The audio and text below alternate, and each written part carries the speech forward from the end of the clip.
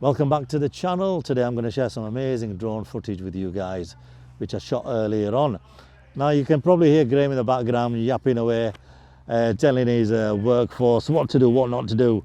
But today I'm actually going to show you something that we've been filming for quite a few months, because just behind in the consecrated area we have the Dr Barnardo's plot. He's not actually buried there.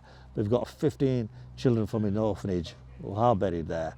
So around that area there's loads of sunken graves, and Graham is just driving his dumper down there and basically filling all the graves in, because it's quite dangerous terrain. So enjoy this video. We'll have a quick chat with Graham and show you the footage. So we've got another work in progress at the moment.